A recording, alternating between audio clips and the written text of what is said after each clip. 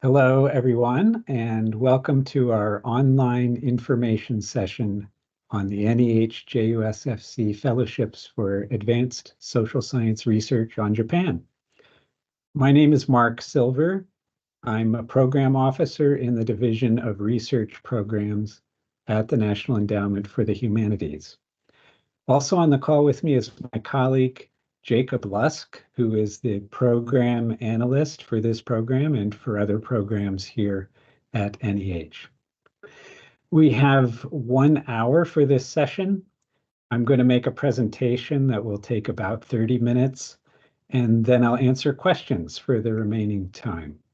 We plan to post a recording of this session on the NEH website within 1 week. The main things that I'm planning to cover appear on my next slide here.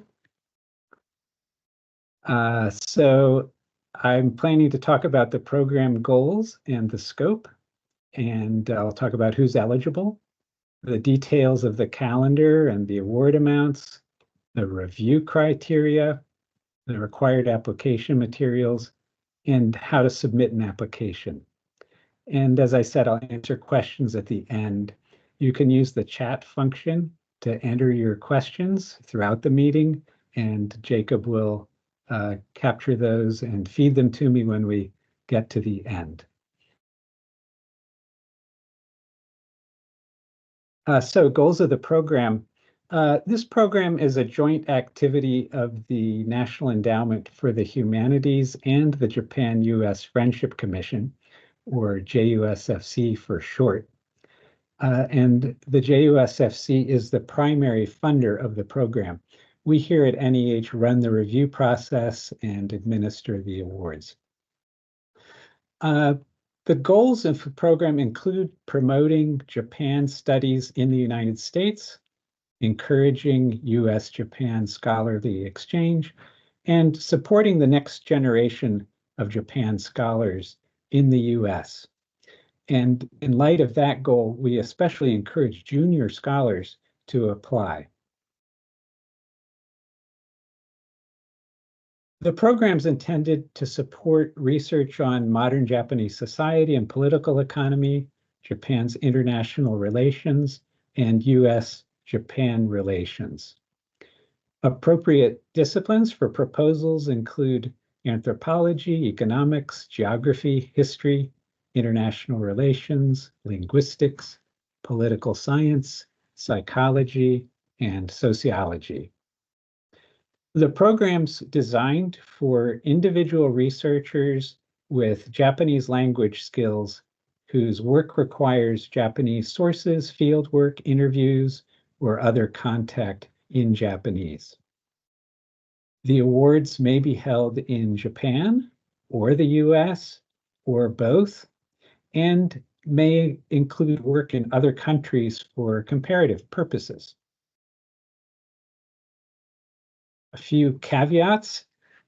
You should be aware that the program does not support projects focused primarily on pre-modern Japan, that is to say, Japan before 1868, or projects focused primarily on the interpretation of literary or artistic works, or projects that lie outside the social sciences.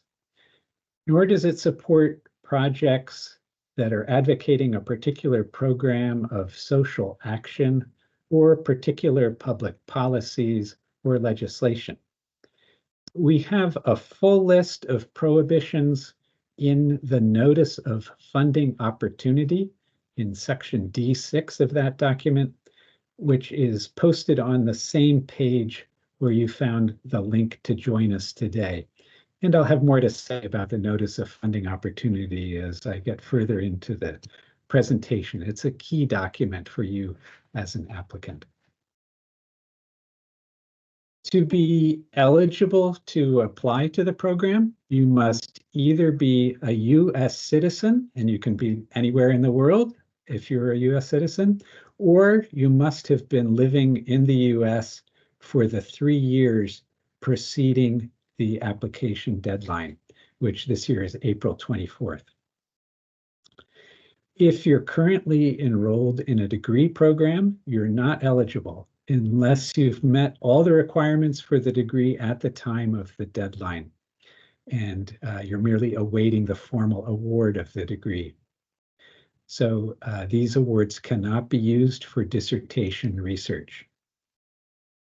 No institutional affiliation is required in order to apply. Independent scholars are welcome. No advanced degree is required in order to apply, although most applicants do have a PhD. And as I mentioned before, junior scholars are especially encouraged to apply, but applicants at all ranks are entirely welcome. Here are a number of key details about the calendar, the award amounts, and the funding ratio. The program supports 6 to 12 months of continuous full-time work, and you have to meet that specification of 6 to 12 months of continuous full-time work. So if you have a teaching position, you'll probably need to arrange for leave in order to accept an award. The stipend is $5,000 per month, and the maximum award is $60,000, which would be for 12 months of full-time work. The application deadline is April 24th, and we'll notify you of our decision on your application in early December. Please make sure to state your requested start and end dates carefully if you submit an application to us, because if you submit an application requesting fewer than 6 months or more than 12 months, you risk disqualification. It is possible, if necessary, to change your start and end dates when you accept an award. Our funding ratio over the last 5 years has been 12%. On average, we've received 25 applications each year and offered fellowships to 3 people.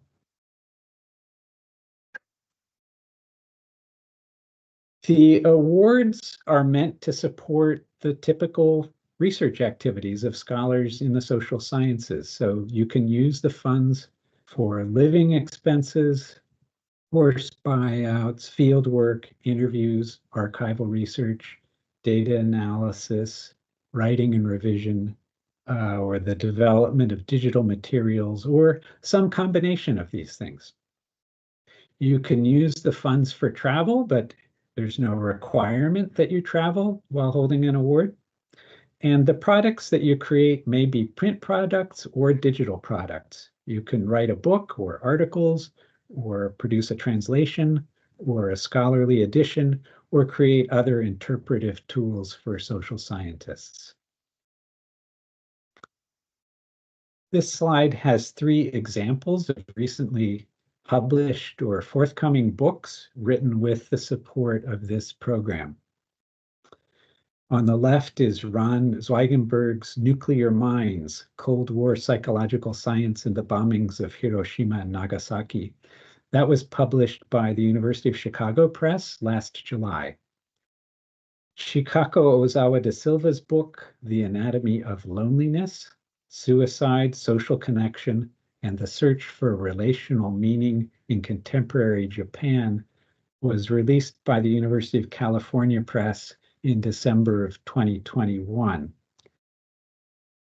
Tara Rodman's book, Fantasies of Ito Michio, about the dancer and choreographer Ito Michio, is due out from the University of Michigan Press this October, and that was also supported by this program.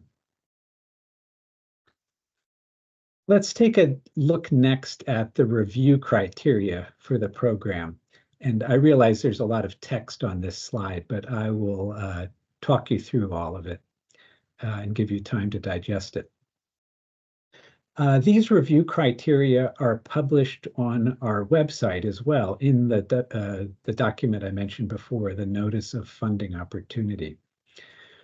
When you're writing your application, you really want to keep these review criteria in mind and you want to try to craft your narrative to address these criteria. You should also coach the people writing your letters of reference to do the same. The first criterion is the intellectual significance of the proposed project, including its value to social science scholars, general audiences, or both. So you want to make a strong case for why your project matters, and you want to explain why it matters in terms that will be clear even to someone who's not in your field. The second criterion is the degree to which the proposed project furthers scholarly knowledge or public understanding of contemporary Japanese society or political economy, Japan's contemporary international relations, and/or US-Japan relations. So you want to be sure to connect the dots on this, especially if you're an historian. Explain how your project helps us understand contemporary Japan. The third criterion is the quality or promise of quality of the applicant's work as an interpreter of the social sciences. You should devote some space in your application to talking about your previous work and ask your letter writers to do the same. I'd also like to underline the phrase in this criterion, promise of quality. This is intended to help level the playing field between junior scholars and scholars at later stages of their careers. Next, number 4, the quality of the conception, definition, organization, and description of the project and the applicant's clarity of expression. Clarity of expression is extremely important with these applications. You want to be sure to write for a broad audience that includes people outside your field and explain any specialized terms that you're using. Number 5, the feasibility and appropriateness of the proposed plan of work, including, when relevant, the soundness of the dissemination and access plans. The required application materials include a one-page plan of work, and you should use that to detail what you're going to accomplish with the grant and on what timeline. You should also speak to your plans for publication. The sixth and final criterion is the likelihood that the applicant will complete the project, not necessarily during the period of performance. So as that wording suggests, you don't have to finish your project during the period of the grant. You can define a portion of the project to work on and promise to get that done during the period of the grant. But in that case, you should explain how you're ultimately going to finish the project as a whole, even if that will take place after the end of the grant period. Okay, next, what do you need to submit to us? We ask for a 3-page narrative statement, a 1-page plan of work, a 1-page bibliography, a 2-page resume, and any necessary appendices. And the appendices are explained in detail in the notice of funding opportunity. But if you have visual materials, for example, we allow a 1-page sample of visual materials as an appendix, or if you're proposing a translation or a database project, you should provide us with a translation sample or a screenshot of the database interface. We also ask for 2 letters of reference. These are due after the application deadline. Your references have until May 22nd to submit their letters. You'll also be asked to enter a 1,000-character abstract of your project when you submit the online forms. Let me underline that we have page limits in this program and formatting instructions also that are explained in the notice. please double and triple check that your application is in compliance with those page limits before you submit it. We do disqualify applications that exceed the page limits or that don't follow the format that we've prescribed in our rules. We don't relish disqualifying those applications, far from it. But we do enforce the rules that are stated in the notice of funding opportunity. So be attentive to those and be careful. No budget's required. That's because the amount of the award is determined by the number of months of support that you request, with the understanding that you'll work full-time on your project for that number of months. And as I mentioned before, the stipend is $5,000 per month.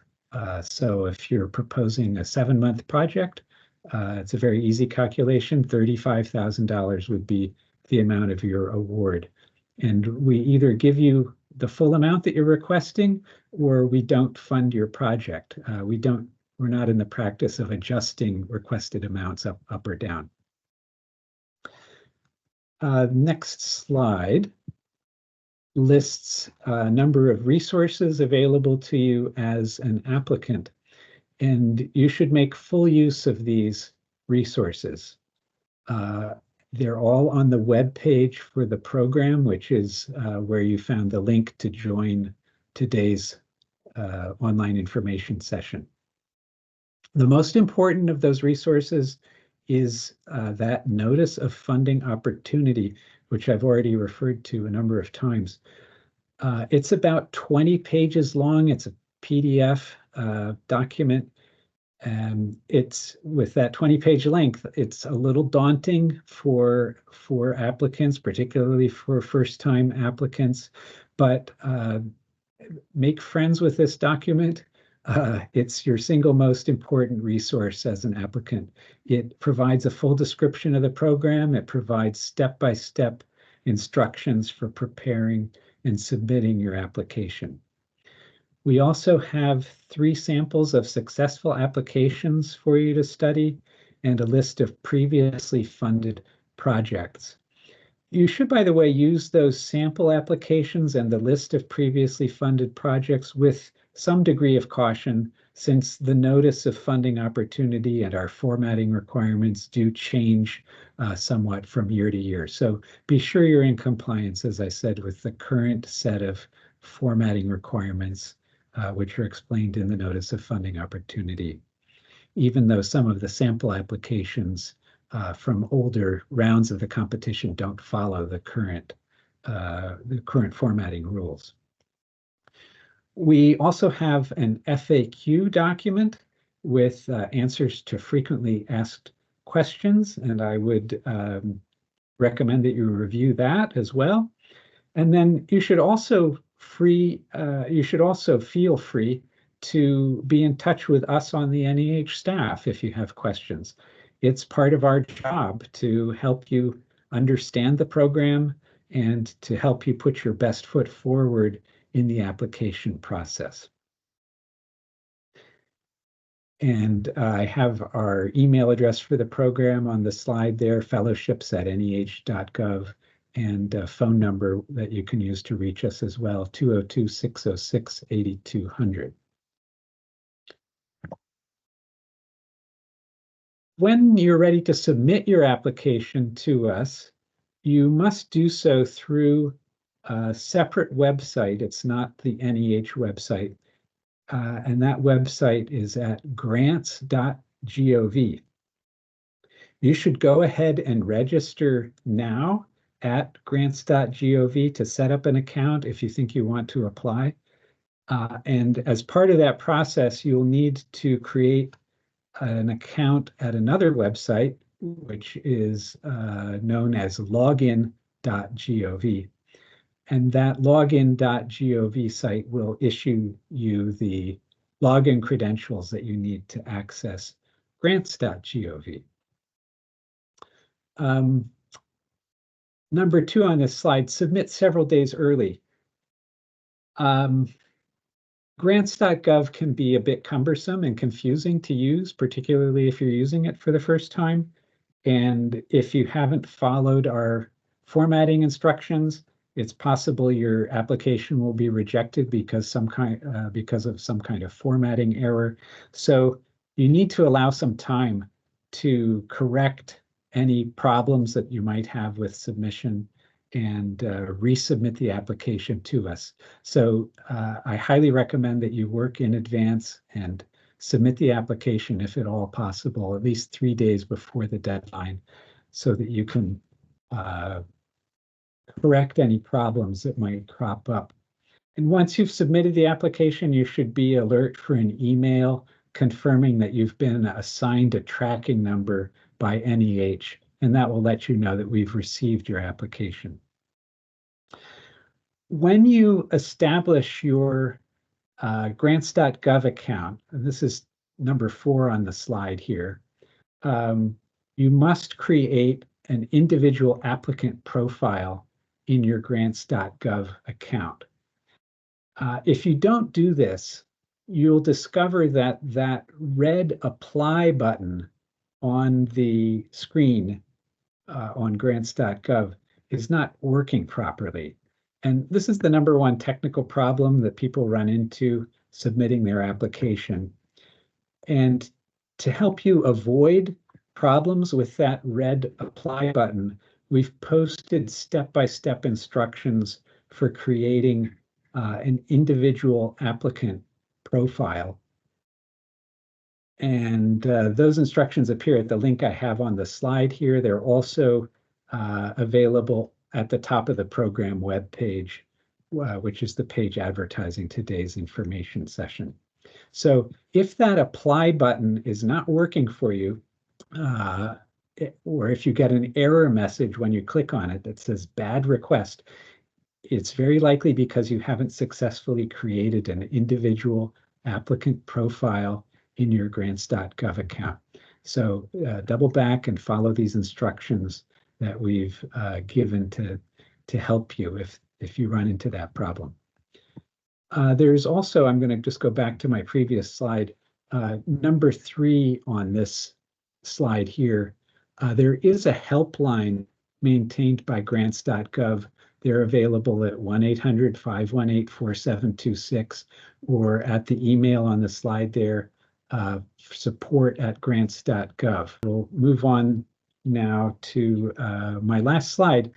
This is showing the steps of our review process here at NEH. Once you send us your application, it will be read by a panel of 4 external evaluators, and that peer review will occur in the month of July. And all of those 4 external evaluators will be social scientists whose research focuses on Japan. Once they've read the applications and advised us on the staff about their merits, we will make funding recommendations based on their assessments. The staff's recommendations are then reviewed by the National Council on the Humanities, which serves as a sort of board of directors for our agency. They meet 3 times a year to review staff funding recommendations. For this program, they are reviewing recommendations in November. And then the chair of the endowment will make the final decisions on the awards soon after the council has met in November. And you would get news about our decision on your application in December. So it's a rather long process, and there are many people involved in reviewing the application that you submit to us. We do make you wait a number of months to get an answer from us, but we're working hard throughout that period to make sure that we're giving all the applications that we receive a thorough and fair review. All right, that's the end of the presentation that I prepared, and we'll spend some time now answering questions from you. What has come in, Jacob? Yeah, thanks. And just as a reminder to everyone, you can submit questions through the chat feature. We've had a few come in. We also have a lot of questions that have been submitted to us beforehand. One great question that came in, Mark, was about applying through grants.gov, and the scholar asked if they need to create their own grants.gov account or if they need to apply through their universities or their institution's grants.gov account. Yeah, that's a great question. And the quick answer is you need to create your own account. Do not use your university's grants.gov account. When you read the notice of funding opportunity, the step-by-step instructions for applying explain that, and they explain how to create a grants.gov account.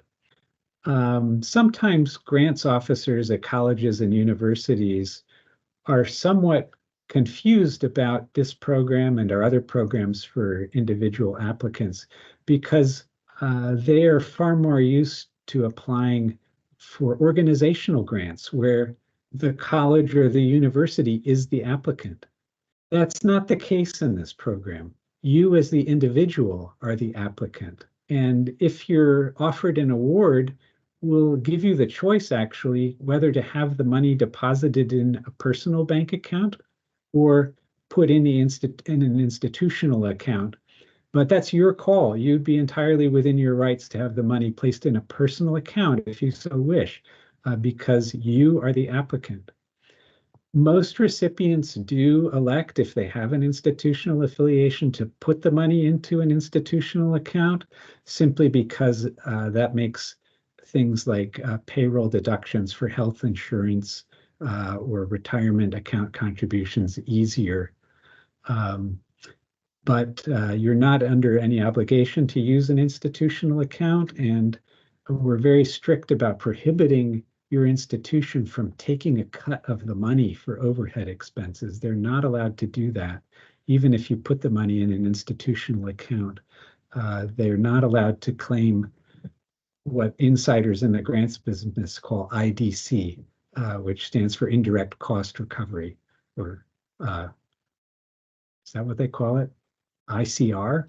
Uh, Now I'm showing that I'm not really in that insider's business, I suppose, by flubbing the abbreviation. But any case, indirect cost recovery is not allowed in this program.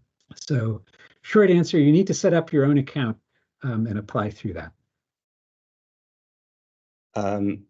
Thanks, Mark. Have a couple more questions that have come in. Who would we recommend that applicants choose as their letter writers for letters of recommendation? What should the letters focus on? And is it necessary that you have someone in Japan to write a letter? And I imagine more broadly, does it need to be someone who's with expertise in some area of Japanese studies? Yeah. So this is a nice topic to talk about. I'm glad we have the question.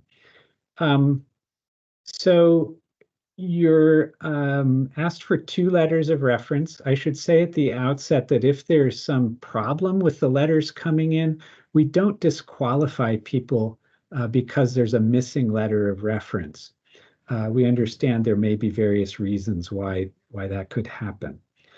But you should certainly try to submit two letters that will strengthen your application. So who should write the letters? I would recommend that you look for people who are familiar with your work and with your proposed project, people who will take the time to write a letter for this program that addresses the specifics of the project that you are proposing in this program. And that is more important than finding a big name in your field. If you are able to find letter writers who have strong name recognition and they tick all those other boxes, then that certainly doesn't hurt. But really, what makes for a good letter is that it addresses the specifics of the proposal and takes the time to address those evaluation criteria. So in response to the question, what should the letter focus on? Focus on those evaluation criteria. What you want your letters to do for you is make the case one more time in a different voice for funding your project. And the best way to do that is to speak to those criteria. Of the criteria, I would suggest emphasis on the first one, the intellectual significance of the project. That's in some ways first among equals in those criteria. But the key really is specifically addressing the proposed project rather than just talking in general terms about you as an applicant or the quality of your previous work. Is it necessary to have someone in Japan? It's not. You could have two letters from people who are based in the US, and that would be perfectly all right. It does not hurt to have made arrangements in Japan and to talk about them in your application. You might remember that one of the evaluation criteria, let's see if I can pull them back up here. The fifth one here is the feasibility and appropriateness of the proposed plan of work. So one question that might come up as evaluators are looking at your proposal is whether this is really feasible to do what you're promising. And if part of your project involves work on site in Japan, you can perhaps help yourself with the job of convincing the evaluators that your project is feasible if you can demonstrate that you have made arrangements in Japan to support your on-site work there. But there's no requirement that a letter of reference come from someone in Japan. It might. So you might consider tapping someone that you know in Japan who's offered some support, logistical support for your project to write one of those letters, but it's not required. And while we're talking about letters, I'd just like to touch on a question we get pretty frequently from applicants about when letters actually are to be submitted. The letters are not part of the initial application package that you put together. What you're going to do is you're going to apply through grants.gov, and at that time you'll indicate to us who your letter writers will be. And at that point, you should supply your proposal to your letter writers so that they have a copy, because NEH doesn't provide a copy to them. And then after a few weeks a few weeks after the application deadline, we will send a prompt to your letter writers, and they will have a couple of weeks. They'll be given a deadline to submit their letters directly to us themselves. Anything you want to add about that, Mark? Just that deadline for the letter writers was on my slides here. May 22nd is when the letters of reference are due. So that's almost a full month after the application deadline. And yeah, I guess the other thing I would add about that, let me get back to my question slide. The other thing I would add is that it is possible to change a letter of reference, change the writer after you submit your application. If you need to do that for some reason, we can accommodate you. You would simply need to get in touch with the program at that email address on the slide and explain the change that you want to make, and we'll substitute a new letter writer for you and send them a prompt. Obviously, there is some time sensitivity in taking care of that, but it's possible to do if for some reason you need to change one of the designated letter writers. Thanks, Mark. We've had a few more questions that have come in the chat. We got one question. Do I need my university's approval before I apply?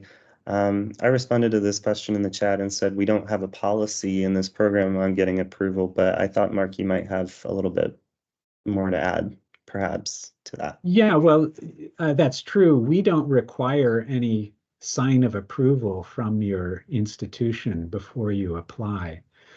And again, the institution is not applying.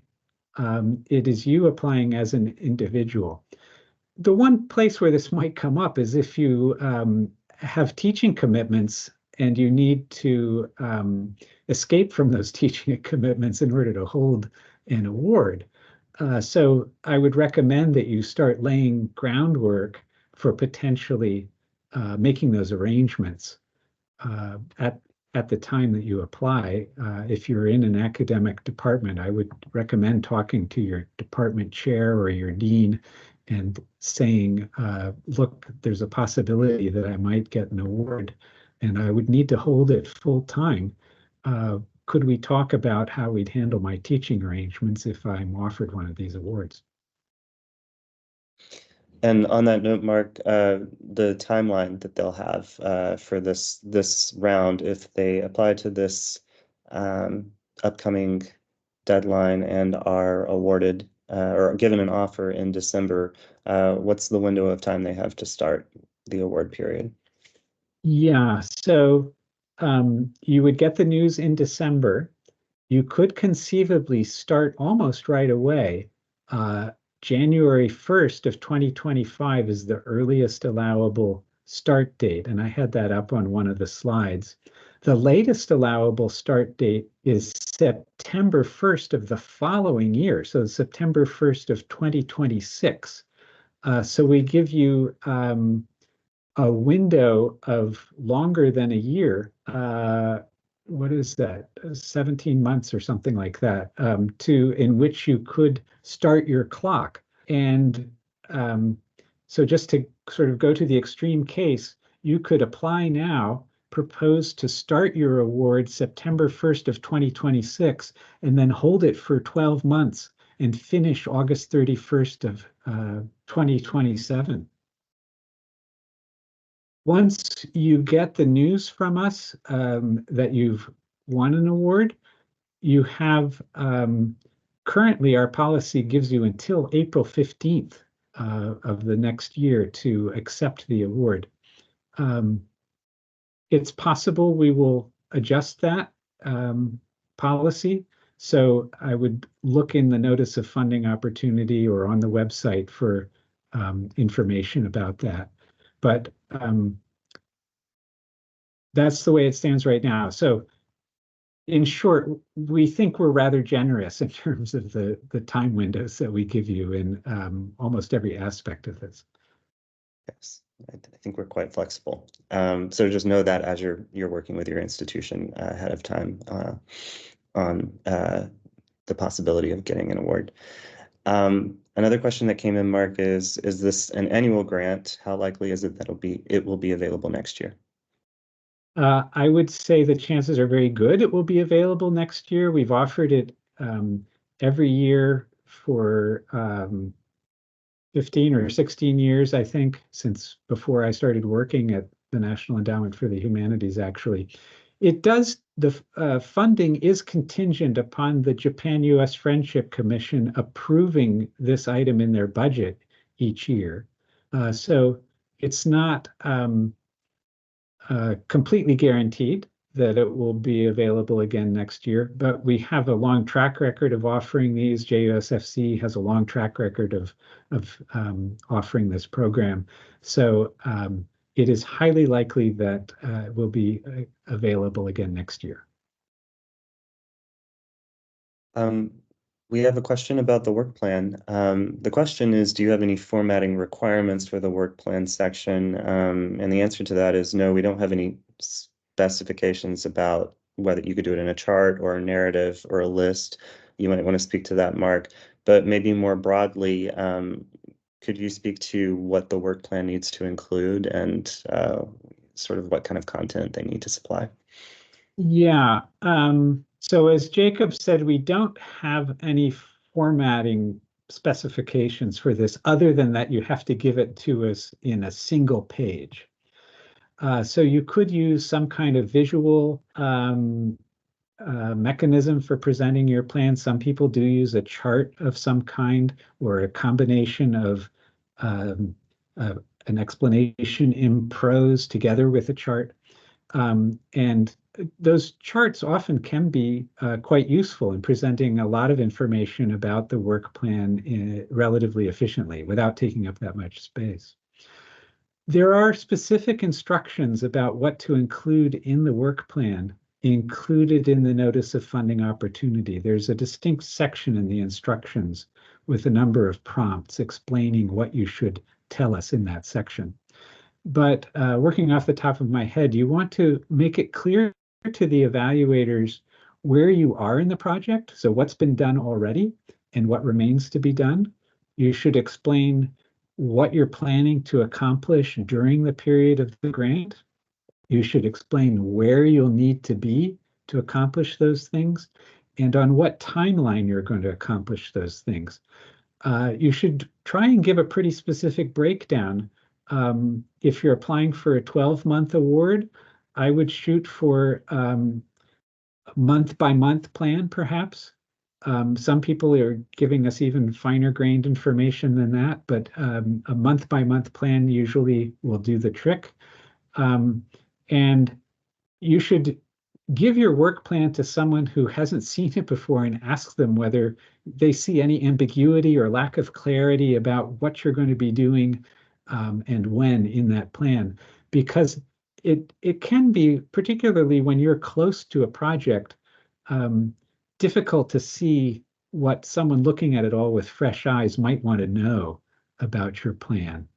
And if you do that, tell the person, pretend you're trying to be a good steward of government money.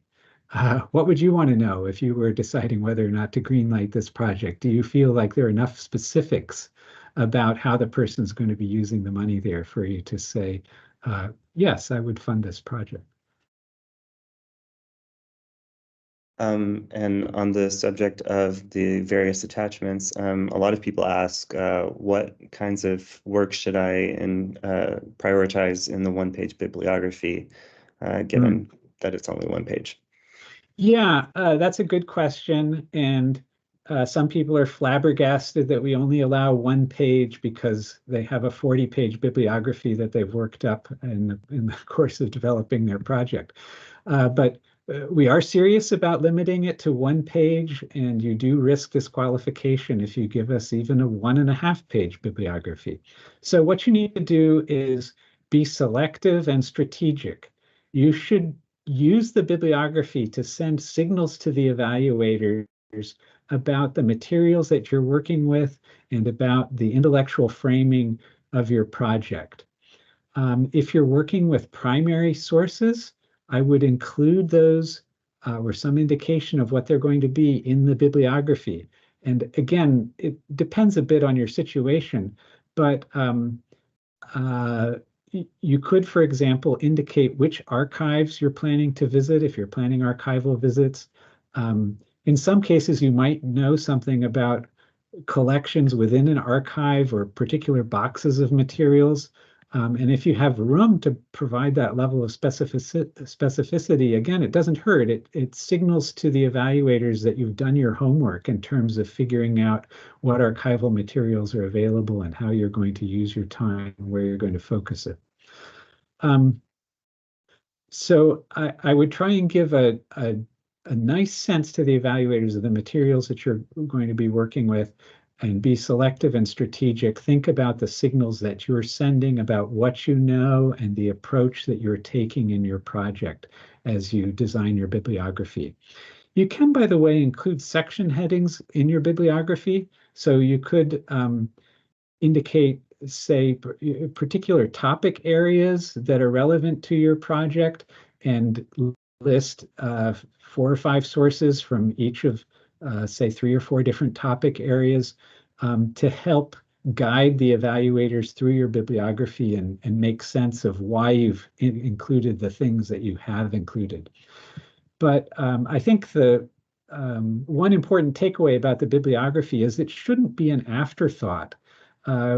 Realize that the evaluators will look at it and they will make judgments about the project based on what you've supplied in the bibliography. So you need to spend a little bit of time crafting that and boiling it down to one page.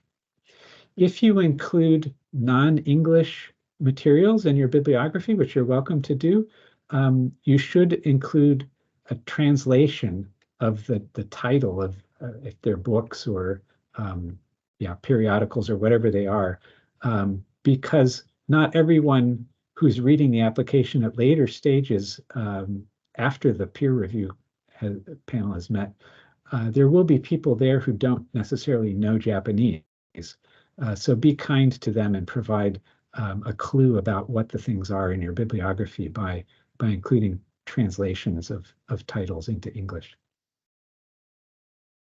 So on the subject of panelists, Mark, who are these panelists that we asked to come in and read these proposals? Yeah, well, so it's peer review. So we're looking for people who are peers of the applicant pool. They are, by and large, they are specialists in the social sciences in Japan. Most of them are based at U.S. institutions. Most of them are college and university professors. But we're also open to using independent scholars as reviewers. And they're generally people who have published in the field and have authority as reviewers in their specialty. We look for a mix of disciplines on the review panel. So we would have some mix of, say, an historian and a political scientist, an anthropologist, a sociologist. We might have a linguist. We might have a geographer. It varies some from year to year, and it varies a bit depending on the particular applications that we get in a given round.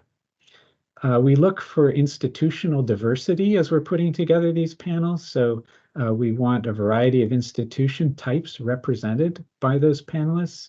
We look for gender diversity and geographic diversity as well. We want to have at least 2 regions of the country represented, and no 2 evaluators come from the same state. So we have a good national representation on the review panel. And I'd just like to quickly add that panelists never serve back-to-back years. We always recruit a fresh slate of panelists for every competition. Mark, would you like to talk about, we get a lot of questions about, can I reapply if I'm not successful the first time around? And what does it look like?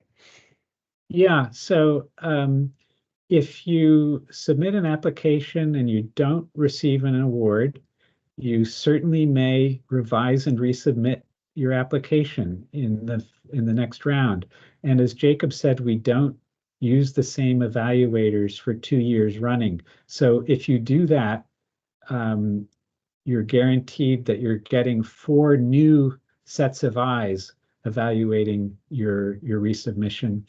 We don't tip them off that they're looking at a resubmission either. We treat all applications the same in that regard. So unless you spill the beans yourself in your application, which I don't recommend doing, the evaluators won't know that they're looking at a previously rejected application.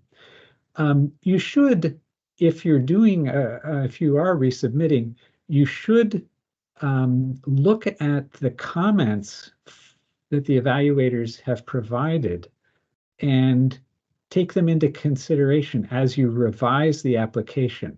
It usually does not work to simply resubmit the same application a second time. You generally would need to make revisions to the application, attempting to respond to the reviewer's comments if you do resubmit.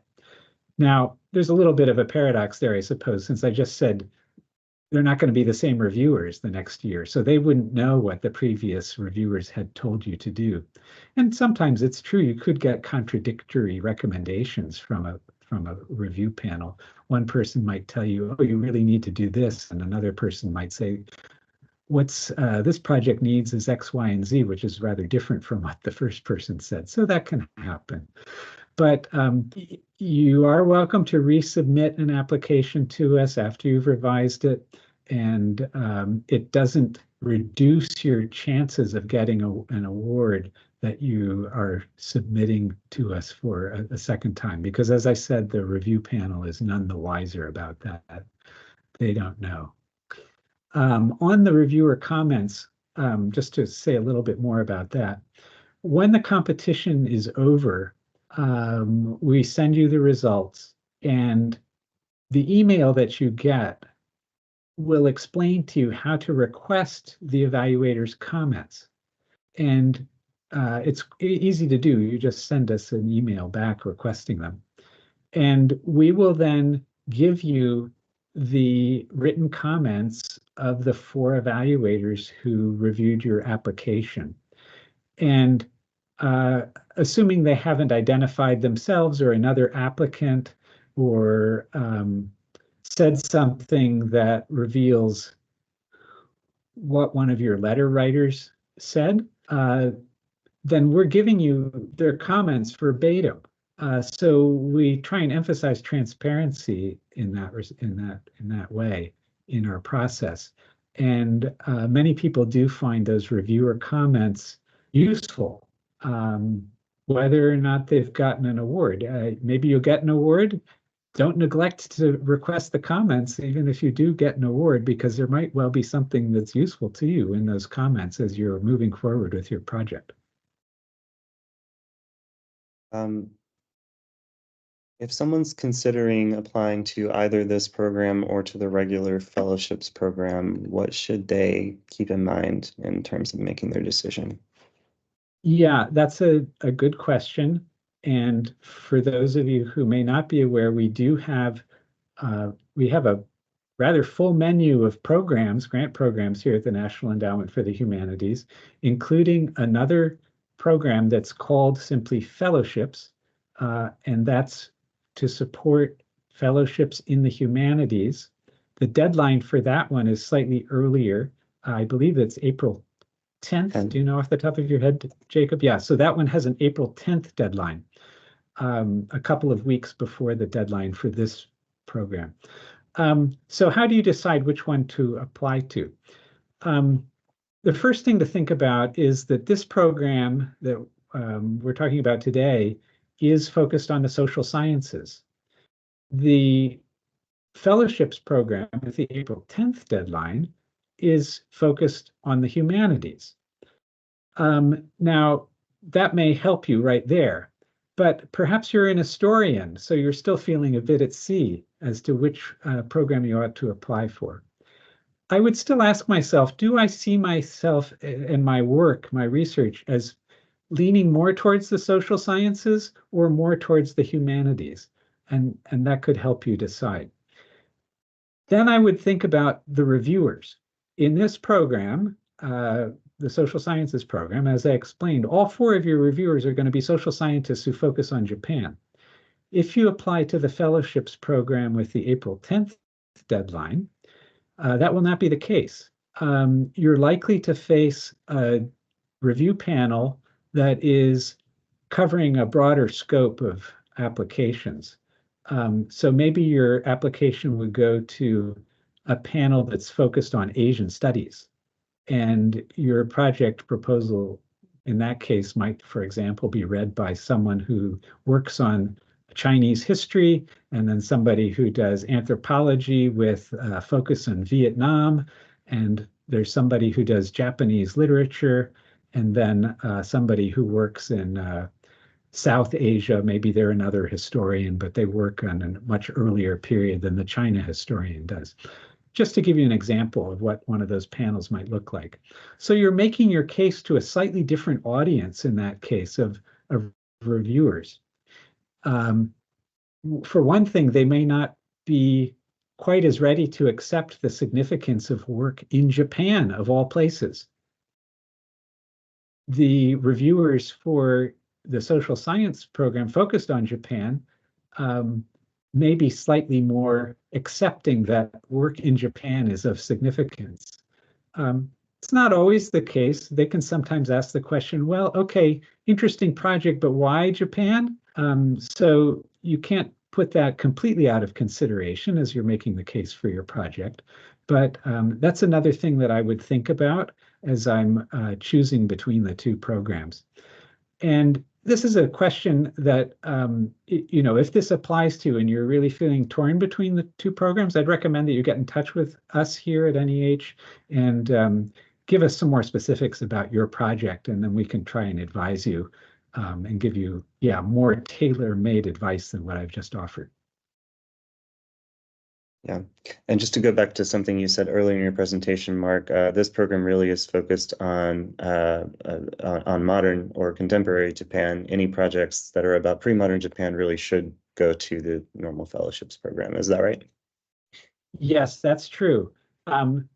There's perhaps a slight degree of wiggle room in that this program, the social sciences program, prohibits projects primarily focused on pre-modern Japan. It doesn't mean you can't bring something that has to do with pre-modern Japan into the project in any way, shape, or form at all.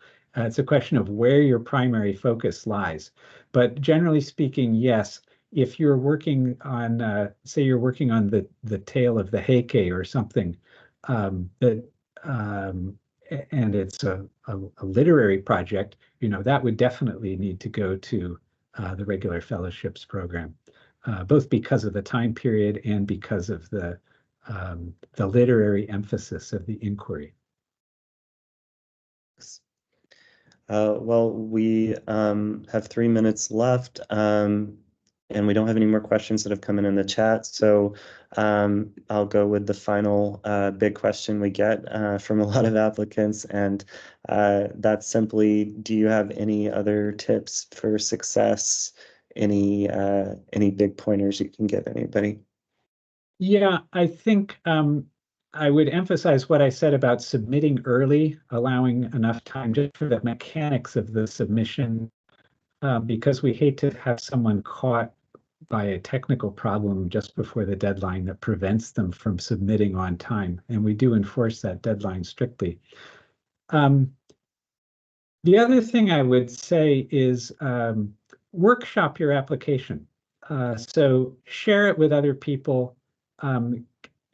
Pester your colleagues or friends. Ask them to read your application and give you honest feedback. I think that's very valuable in developing a strong application. You can almost think of yourself as simulating a review panel for a draft of your application, asking for advice about its strengths and weaknesses, and then retooling it based on that feedback that you get from workshopping the application before you actually submit the final version to us. Thanks, Mark. Well, that's, I think, the conclusion of our question and answer session. So I'll turn it back over to you. All right. Thank you all for your attention and for the questions. And we are available if you have questions about the program or about specifics of your situation and your application. We're happy to help, and the contact information is there on the screen. So thank you again, and we'll sign off now. And goodbye. Thank you all.